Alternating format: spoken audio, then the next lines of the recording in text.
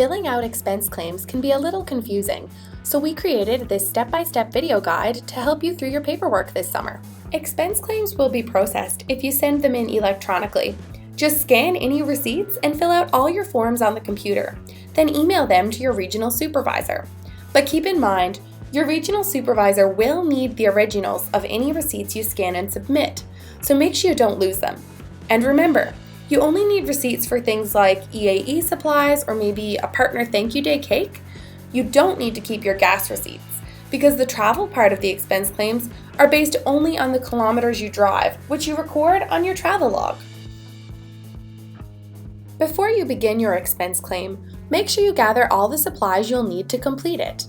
You'll need access to a computer, your Green Team thumb drive, a recording of the kilometers you've driven, and originals of any other receipts you intend to claim. Now it's time to open up the required documents on your computer and begin. I'll be using a Mac for this tutorial, but it works the same on a PC. Take your Green Team thumb drive and plug it into your computer's USB slot. It should pop up as Store and Go. Then click on the folder titled TL Updated Appendices 2015. From there, you'll need to open 3 things in order to complete your claim: 2015 Travel Calculation Tool, Form number 7I, which is the Green Team Travel Log, and Form number 7H, which is a blank expense claim.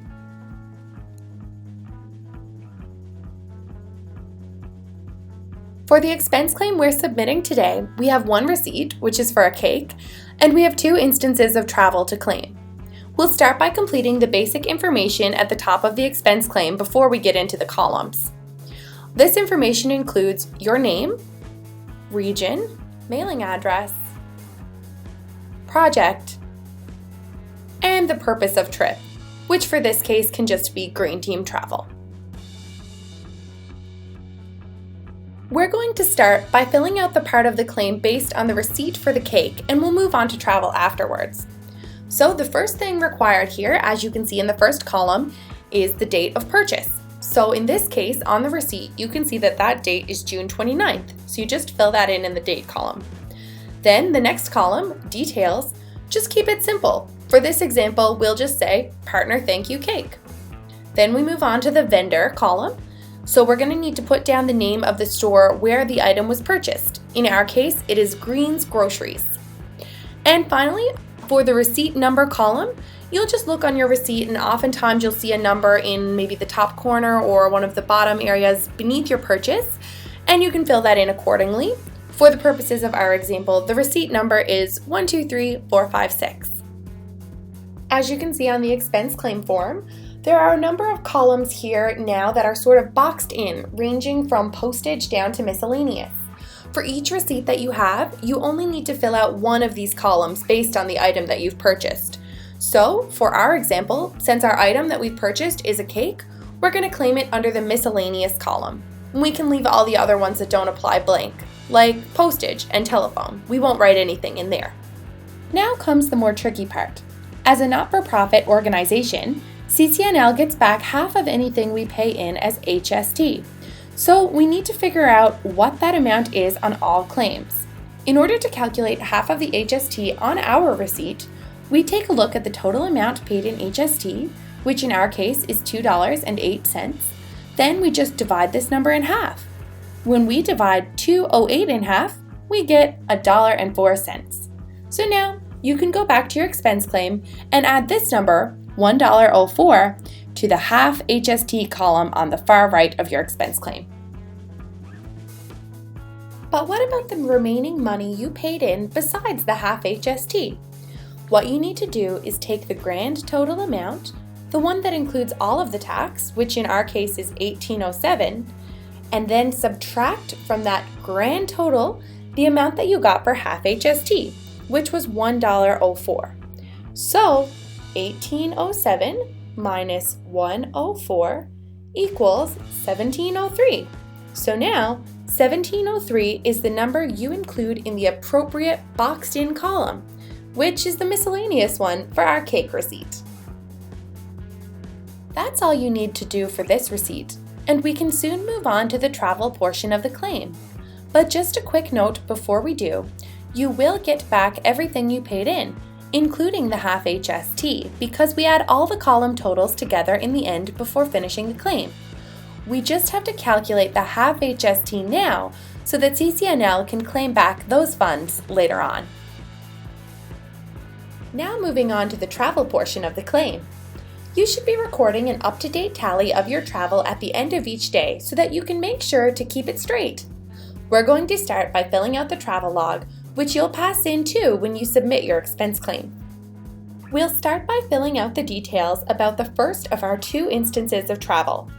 So in the date column, we'll put July 6th, and then under travel details, we'll put driving from office to project site, and then in brackets, return. Saying return here just means that the distance, which you'll record in the next column, includes the kilometers from both the way there and the way back. So in the next column, as we mentioned, distance in kilometers, you'll just put in 12. Then finally, in the last column, total cost, you multiply your number of kilometers by 0.3481, which is the rate of mileage this year. This just means that for each kilometer that you record, you get 34.81 cents back from the Conservation Corps on your expense claim. So for our example, 12 multiplied by 0.3481 equals $4.18. Just keep it to 2 decimal points after. Now we do the same thing for our second instance of travel. The date would be July 10th. The travel details are driving from office to EAE at Boys and Girls Club, then in brackets again, return. Next, we put in distance in kilometers as 28. And finally, we do the same math as before. 28 multiplied by 0.3481 equals $9.75. Now, scroll down to the bottom of your expense claim and add up your totals. For our total distance in kilometers, we have 12 plus 28, which equals 40. So you just fill that in the box there. And for the grand total in our cost column, we add together 418 plus 975, which equals $13.93. And again, we just fill that in the box there as well.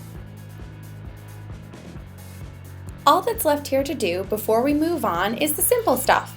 So you just fill in your name, title, region, and the date.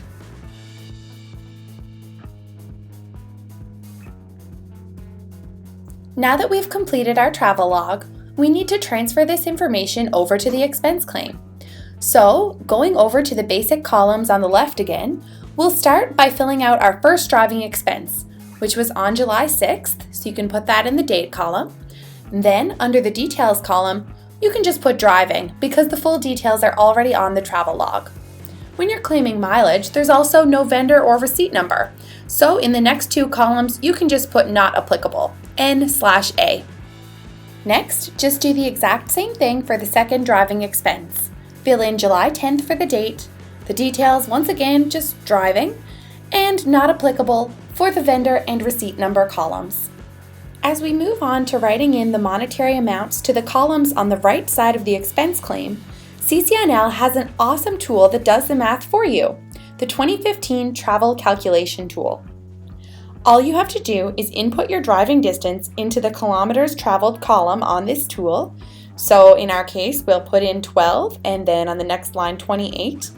Then voila, the Travel Calculation Tool gives you all the numbers you'll need to fill out your expense claim. So, starting with our July 6th travel, we can look at the half HST column on the Travel Calculation Tool, which gave us 24 cents, and then transfer this number over to the half HST column in the expense claim. Then, we look at the subtotal column on the Travel Calculation Tool, and we bring this number over to the transportation column in the boxed-in area of the expense claim, like those columns where we filled in the subtotal for the cake previously in miscellaneous. So in our case, this number is 3.94 in the transportation column. Next, we just repeat the process for any additional instances of travel. In our example, we only have one more to do, our July 10th travel. So again, We transfer the number from the half HST column on the travel calculation tool, which in this instance is 56 cents, and we bring this number over to the half HST column on the expense claim. Then we do the same thing with the subtotal column. We have a look on the travel calculation tool and see that that number is $9.19, so we take $9.19 and place it in the transportation column on the expense claim. The next step is to add up the totals from each column and bring them down to the bottom in the column totals row on the expense claim. In the transportation column, we'll add up $3.94 plus $9.19, which equals $13.13. Then we'll move over to the miscellaneous column and see that there's only one number there, so we can just transfer that $17.04 right on down to the bottom. Then finally, in our half HST column, we add together 1.04 plus 0.24 plus 0.56, which equals $1.84.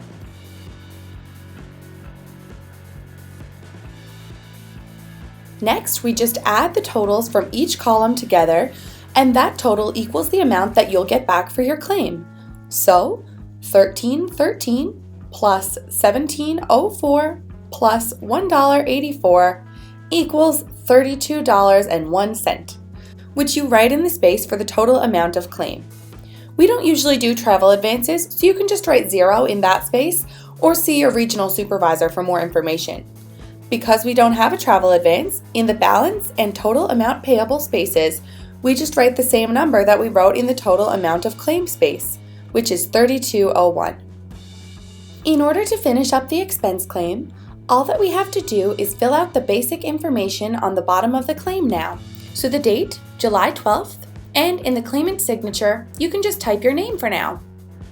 All that's left to do now is save and send in your files.